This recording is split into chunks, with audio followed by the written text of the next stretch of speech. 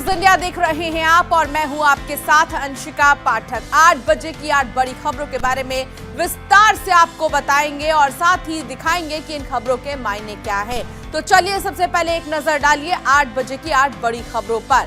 हिमाचल में कांग्रेस की जीत के बाद सीएम फेस पर माथापच्ची जारी है, तो वहीं सभी 40 विधायकों ने आलाकमान पर फैसला छोड़ दिया है। दूसरी खबर, गुजरात में बीजेपी ने अपने केंद्रीय पर्यवेक्षक की नियुक्ति कर दी है। इस खबर पर पूरा अपडेट देंगे। तीसरी खबर, पीएम मोदी के संसदीय क्षेत्र वाराणसी में आज से कई केंद्रीय मंत्रियों का जमावड़ा लगेगा। इस खबर पर भी पूरी अपडेट आपको बताएंगे। चौथी खबर, आरएसएस प्रमुख मोहन भागवत आज से 2 दिवसीय असम दौरे पर है।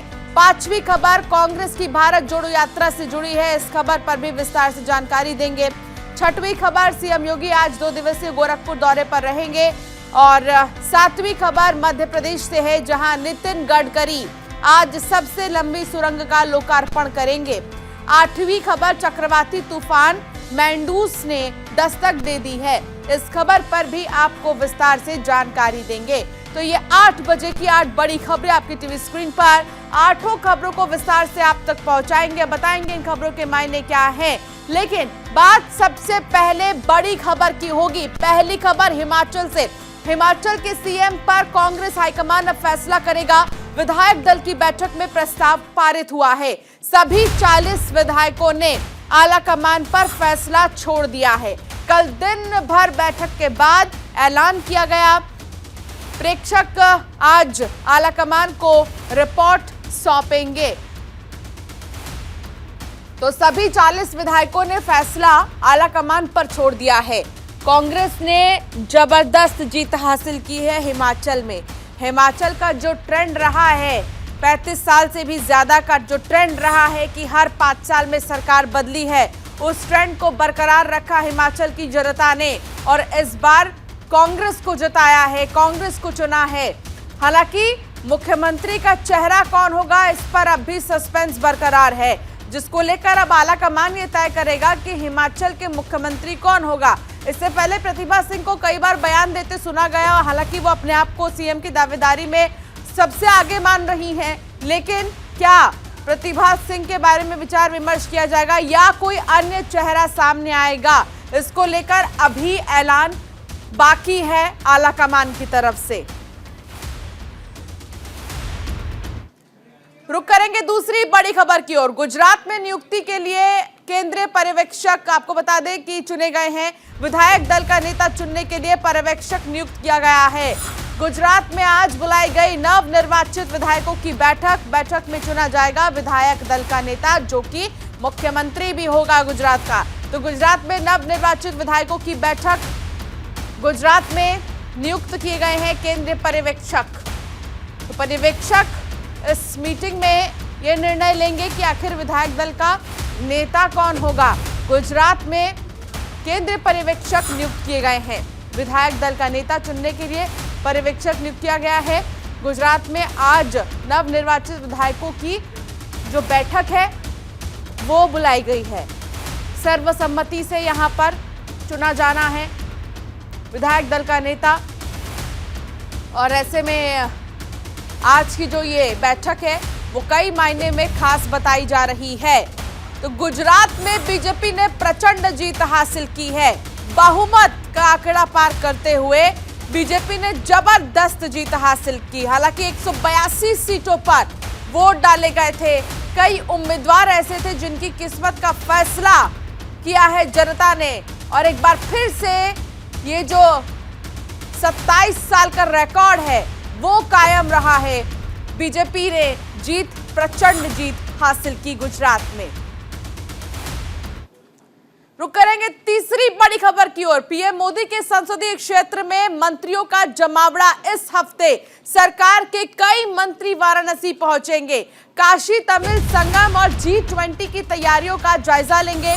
एस जयशंकर, अश्विनी वैष्णव, अनुराग ठाकुर, मनसुख मंडाविया और एल मुरुगन वाराणसी पहुंचेंगे। तो कई बड़े दिग्गज जो नेता हैं, मंत्री हैं, वो आज वाराणसी में नजर आएंगे। वाराणसी में मंत्रियों का जमावड़ा होगा। इस हफ्ते सरकार के कई मंत्री पहुंचेंगे वाराणसी। बता दें कि लगातार ये सिलसिला अभी चलता रहेगा।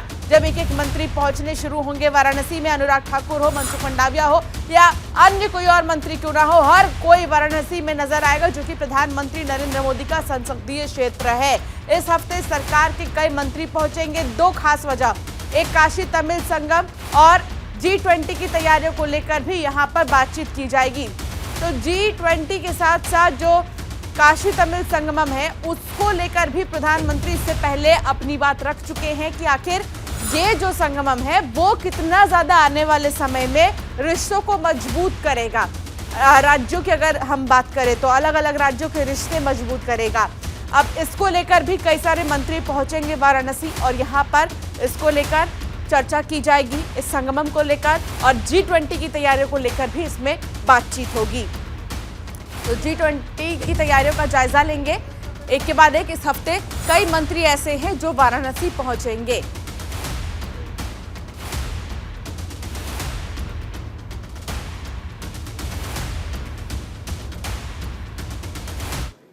रुक करेंगे चौथी बड़ी खबर की ओर। मध्य प्रदेश की सबसे लंबी सड़क सुरंग बनकर तैयार है। केंद्रीय मंत्री नितिन गडकरी आज लोकार्पण करेंगे। सीएम शिवराज सिंह चौहान भी मौजूद रहेंगे। 1004 करोड़ की लागत से ये टनल तैयार हुआ है। टनल के निर्माण से वाहन चालकों को राहत मिलेगी। सीधी से रीवा के बीच 7 किलोमीटर की दूरी अब कम हो जाएगी, यानी कि 7 किलोमीटर की दूरी अब कम हो जाएगी। कहा जा सकता है कि समय की बचत होगी और जो लोग परेशान होते थे, ज्यादा वक्त लगता था उनको पहुंचने में सीधी से रीवा, अब ये दूरी भी कम हो जाएगी, जिसका आज लोकार्पण नितिन गडकरी करेंगे। ये टनल बहुत ही ज्यादा खास है। इस टनल को 1004 करोड़ की लागत में बनाया गया है। इससे समझा जा सकता है कि इस टनल में क्या कुछ चीजें होंगी, चाहे वो लाइट हो, चाहे वो कैमरा हो, कई सारी ऐसी चीजें हैं जो इस टनल में लगाई गई हैं। और इसी टनल का लोकार्पण करने नितिन गडकरी आज मध्य प्रदेश पहुंचेंगे। आज नितिन गडकरी लोकार्पण करेंगे इस टनल का। सीएम शिवराज सिंह चौहान भी साथ ही में मौजूद रहेंगे। 1004 करोड़ की लागत से ये टनल तैयार हुआ है। सीधी से रीवा के बीच अब 7 किलोमीटर की जो दूरी है वो कम हो जाएगी। मध्य प्रदेश के लिए ये सबसे लंबा टनल माना जा रहा है, सबसे लंबी सुरंग इसको कहा जा रहा है। और इसका आज लोकार्पण करने के लिए नितिन गडकरी मध्य प्रदेश जाएंगे। मध्य प्रदेश के मुख्यमंत्री शिवराज सिंह चौहान भी मौजूद रहेंगे। संभावना है कि और भी कई सारे मंत्री यहां पर मौजूद हो सकते हैं।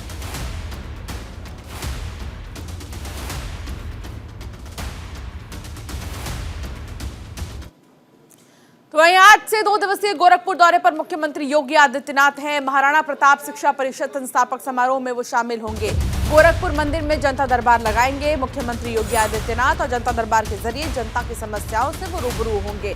जनता की समस्याएं क्या है और जनता को किन चीजों की सबसे ज्यादा जरूरत है, उनकी समस्याओं से जुड़ी, इस बारे में वो जनता से सीधे बातचीत करेंगे और वहीं पर मौजूद अधिकारियों को फौरन निर्देश देंगे कि इन समस्याओं का जल्द से जल्द हल हो। हालांकि जनता दरबार मुख्यमंत्री अक्सर लगाते ही हैं। गोरखपुर जब भी आते हैं तो यहाँ पर जनता से सीधे जुड़ने के लिए जनता दरबार लगाया जाता है। और इसी सिलसिले में आज मुख्यमंत्री योगी आदित्यनाथ यहाँ पर आएंगे और सबसे बड़ी बात ये कि वो मंदिर में पूजा अर्चना करेंगे सबसे पहले और उसके बाद वो यहीं पर जनता दरबार लगाएंगे। तो गोरखपुर जब भी आते हैं मुख्यमंत्री योगी आदित्यनाथ, वो नहीं भूलते पूजा अर्चना करना, यहाँ मंदिर जाना और जनता दरबार लगाना। और ठीक उसी परंपरा को ध्यान में रखते हुए, इसी चीज को ध्यान में रखते हुए मुख्यमंत्री योगी आदित्यनाथ 2 दिवसीय गोरखपुर दौरे पर रहेंगे और वो यहां पर महाराणा प्रताप शिक्षा परिषद संस्थापक समारोह में शामिल होंगे। इसके अलावा जनता दरबार भी लगाएंगे पूजा अर्चना के बाद।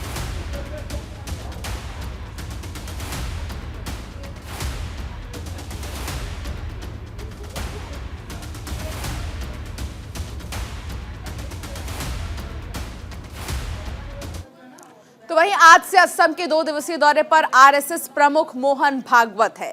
गुवाहाटी के हाजोंग बोडो में आयोजित कार्यक्रम में हिस्सा लेंगे। स्वयं सेवकों के साथ बैठक भी करेंगे आरएसएस प्रमुख मोहन भागवत। तो आज से असम के 2 दिवसीय दौरे पर रहेंगे आरएसएस प्रमुख। गुवाहाटी के हाजोंग बोडो में आयोजित एक कार्यक्रम में हिस्सा लेंगे। स्वयं सेवकों के साथ बैठक भी करेंगे आरएसएस प्रमुख मोहन भागवत और रणनीति तैयार करेंगे कि देश के लिए संगठन को और कैसे मजबूत बनाना है, संगठन में अपनी विचार जो है वो रखेंगे। साथ ही यहाँ पर संगठन के लोगों से वो बातचीत करते नजर आएंगे। स्वयं सेवकों के साथ वो बैठक करेंगे। मोहन भागवत की इस बैठक को बहुत खास माना जा रहा है और असम दौरे पर रहेंगे आरएसएस प्रमुख मोहन भागवत। उनका 2 दिवसीय दौरा रहेगा। दोनों ही दिन वो यहीं पर रहेंगे, कई जगहों पर जाएंगे। कुछ कार्यक्रम हैं जिनमें शामिल होंगे आरएसएस प्रमुख मोहन भागवत।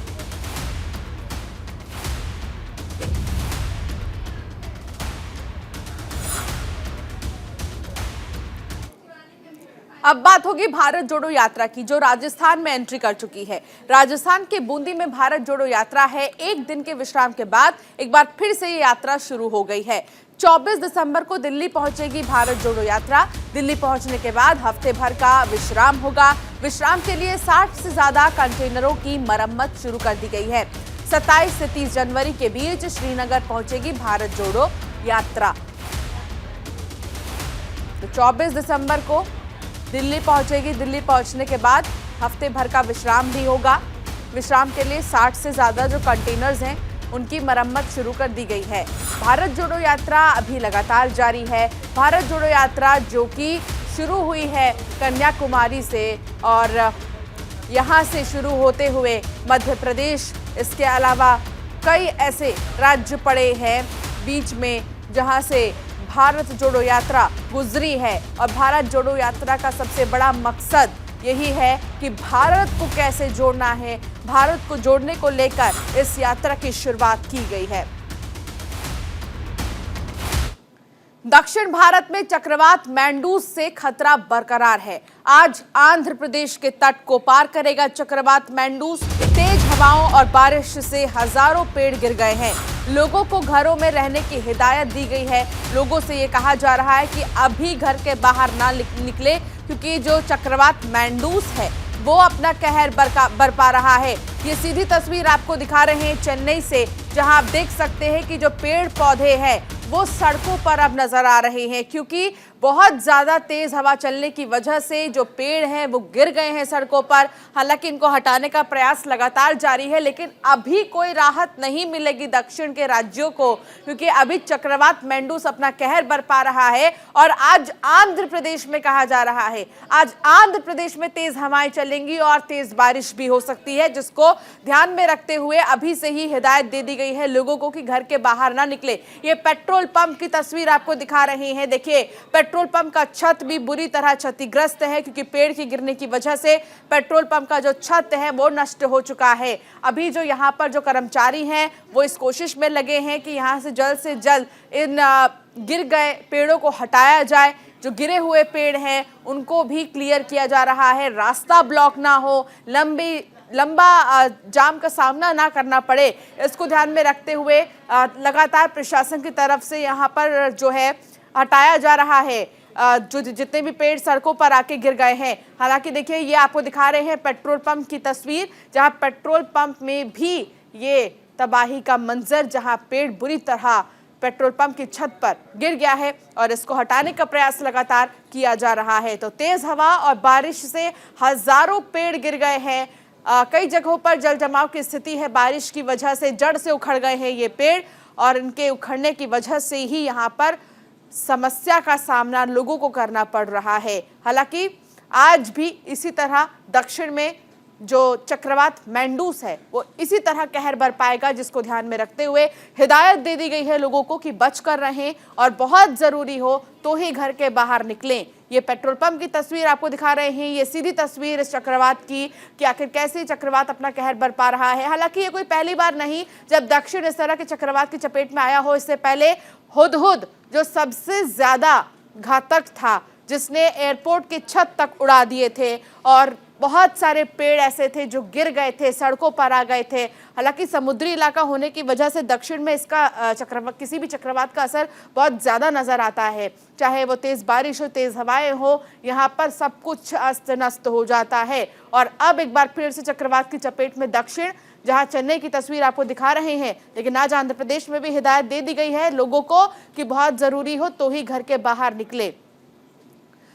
अक्सर जब ऐसे चक्रवात आते हैं, चक्रवात दस्तक देते हैं, तो स्कूल हो, चाहे वो दफ्तर हो, उन्हें बंद कर दिया जाता है। लेकिन अभी मौजूदा समय में हिदायत दी गई है लोगों को कि बहुत ज़रूरी हो तो ही घर के बाहर निकले, क्योंकि तेज़ हवाओं के साथ तेज़ बारिश होने की संभावना भी है।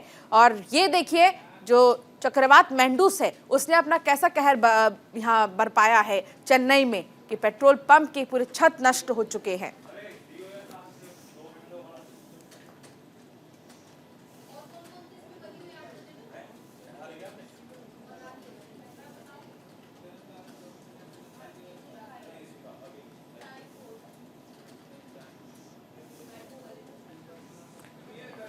तो ये 3 तस्वीर आपको दिखा रहे हैं।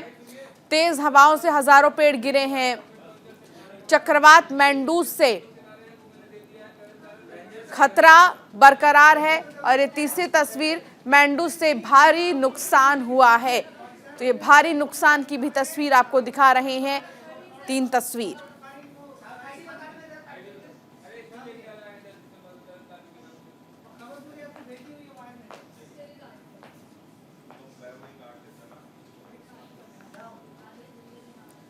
और चलिए 8 बजे के 8 बड़ी खबरों में इतना ही। बात करेंगे और भी तमाम खबरों की।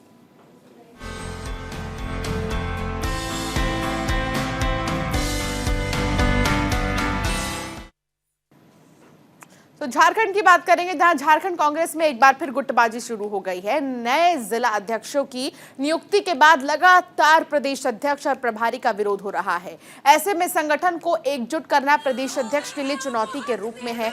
हालांकि प्रदेश अध्यक्ष ने उम्मीद जताई है कि संगठन को अच्छे तरीके से चलाने के लिए सभी से राय लेकर अपना धैर्य बनाते हुए काम करना है। कई सालों से पार्टी में नई चीजें नहीं हुई हैं। नई चीजें होने पर विरोध होता है, लेकिन कौन विरोधी है, कौन समर्थक है, ये ना देखते हुए कांग्रेस पार्टी का कौन सच्चा कार्यकर्ता है, उसको देखते हुए कमेटी का गठन करेंगे।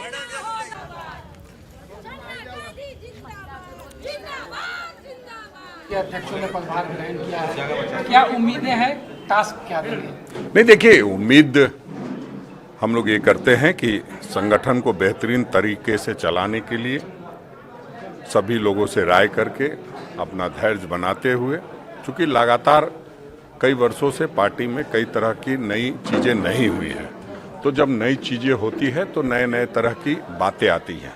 तो वैसे में सभी को समान रूप से देखते हुए, कौन विरोधी है, कौन समर्थक है, ये न देखते हुए, कांग्रेस पार्टी का कौन सच्चा कार्यकर्ता है, उसको देखते हुए कमेटी का गठन करें जल्द से जल्द। और भारत जोड़ो यात्रा जो आदरणीय राहुल गांधी जी लेके चले हैं, अब चूंकि बीच में जिलाध्यक्षों का नया मनोनयन हुआ है, तो उसको और तेज गति से, ताकि ये लगे कि हाँ, हमने जो कार्यभार संभाला है उसको आपके कड़ी से कड़ी जोड़ करके हम आगे बढ़ रहे हैं। जो पुराने जिला अध्यक्षगण थे, उन्होंने जो काम अब तक किया है उसको और तेजी से आगे बढ़ाएं, यही हमारी इच्छा है। और हम लोग समझते हैं कि इसमें सभी लोग वो।